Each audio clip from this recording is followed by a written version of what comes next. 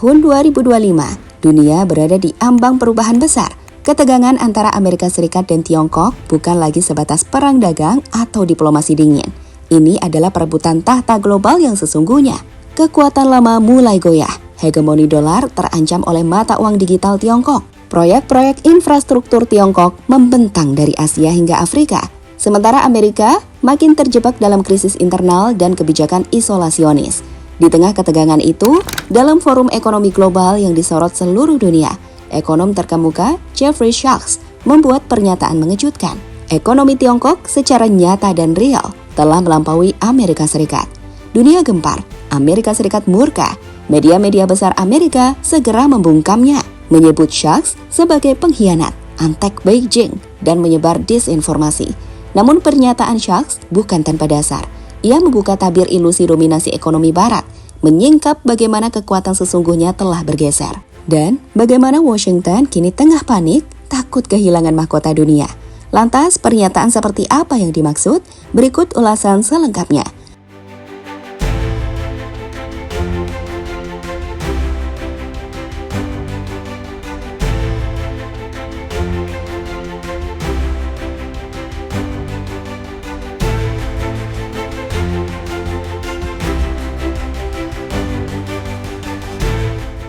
Selama 2 dekade terakhir, Amerika Serikat menghadapi pasang surut geopolitik dan krisis internal yang mengikis kekuatan globalnya.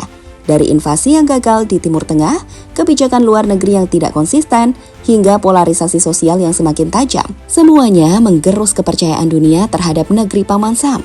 Namun kehancuran paling telak terjadi bukan karena lawan eksternal, melainkan dari dalam, saat Donald J. Trump kembali ke Gedung Putih pada tahun 2024. Kemenangan Trump dalam Pilpres 2024 adalah kejutan yang tidak diharapkan banyak pihak. Dunia mengira era populisme kasar dan retorika vulgar telah berlalu. Namun ternyata, kemarahan rakyat Amerika terhadap ketimpangan ekonomi dan ketakutan akan kejatuhan global membuat mereka kembali memilih pemimpin yang menjanjikan perang terakhir melawan apa yang Trump sebut sebagai Imperium Komunis Tiongkok. Sejak hari pertama menjabat, Trump meluncurkan serangan kebijakan yang agresif, penuh kebencian, dan secara ekonomi berbunuh diri.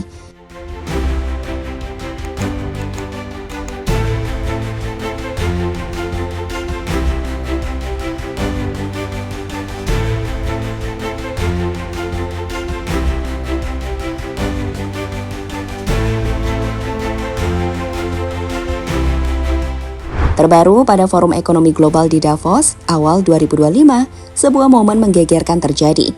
Dalam sisi panel yang awalnya tampak biasa, Jeffrey Sachs, ekonom senior dan tokoh terkemuka dalam pembangunan internasional, berdiri dan membuka data presentasi yang membuat ruang konferensi seketika sunyi. Berdasarkan data Real Purchasing Power Parity, produksi nasional, kapasitas industri, dan pengaruh moneter lintas benua, saat ini, per hari ini, ekonomi Tiongkok secara de facto telah melampaui Amerika Serikat. Suasana berubah tegang. Para hadirin dari negara-negara G7 saling berpandangan. Sachs melanjutkan dengan suara lantang, seolah tidak takut pada konsekuensi. Amerika telah menggunakan dominasi dolar, media internasional, dan lembaga rating global sebagai alat ilusi. Kita menyaksikan bagaimana kekuatan ekonomi real telah bergeser. Tetapi narasi yang disebarkan masih ingin mempertahankan mitos keunggulan Barat. Data pertumbuhan China, surplus perdagangan mereka dengan lebih dari 100 negara, dan ekspansi mata uang digital yuan dalam perdagangan internasional bukanlah kebetulan. Ini adalah hasil dari strategi jangka panjang yang tidak dimiliki oleh Amerika, yang kini lebih sibuk memproduksi konflik dibandingkan memproduksi barang.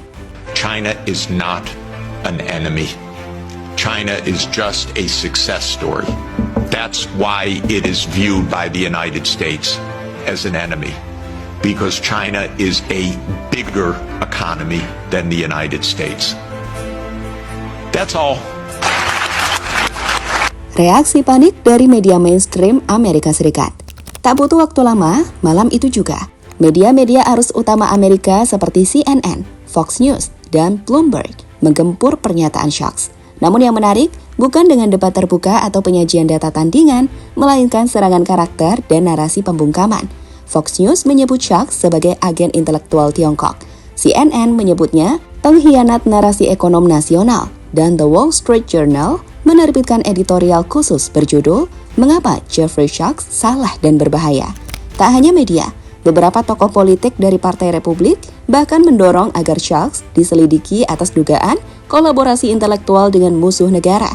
Situasi ini mencerminkan bahwa Washington tidak hanya khawatir pada data, tetapi lebih pada retaknya kontrol atas persepsi global.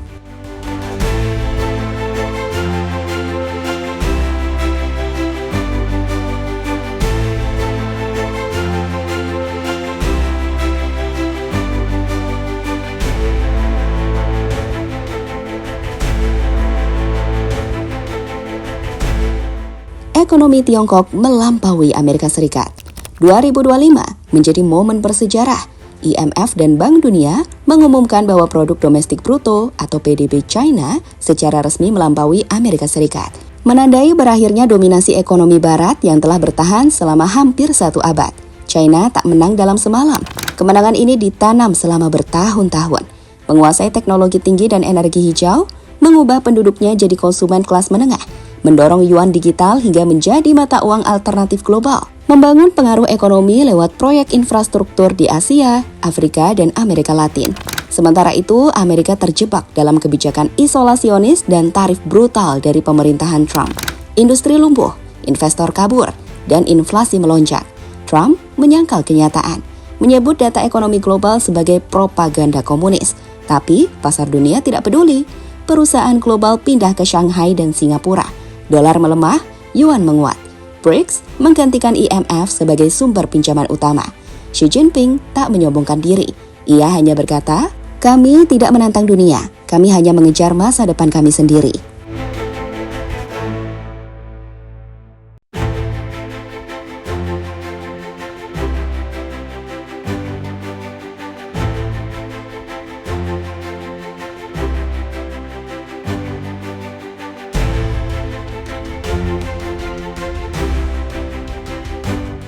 Pernyataan Jeffrey Sachs bukan sekedar analisis akademik, itu adalah alarm global. Dunia yang selama ini terlena oleh narasi dominasi barat, kini dipaksa menatap kenyataan baru. Amerika tak lagi tak tergantikan, dan Tiongkok tak lagi sekedar bayangan yang mengejar. Ia telah mendahului, diam-diam tapi pasti. Upaya media Amerika membungkam Sachs justru memperkuat kesan bahwa Amerika tengah panik. Mereka tidak lagi memimpin dengan kekuatan visi, tapi bertahan dengan manipulasi dan sensor. Ketika fakta menjadi ancaman, itulah tanda bahwa kekuasaan sedang rapuh. Namun yang lebih mengkhawatirkan bukan hanya reaksi media. Di balik tembok-tembok Gedung Putih, Presiden Donald Trump bersama lingkaran dalamnya tengah menyusun manuver rahasia yang jauh lebih berbahaya. Mereka tahu, jika dunia percaya pada Sachs, maka dominasi Amerika tinggal menghitung waktu.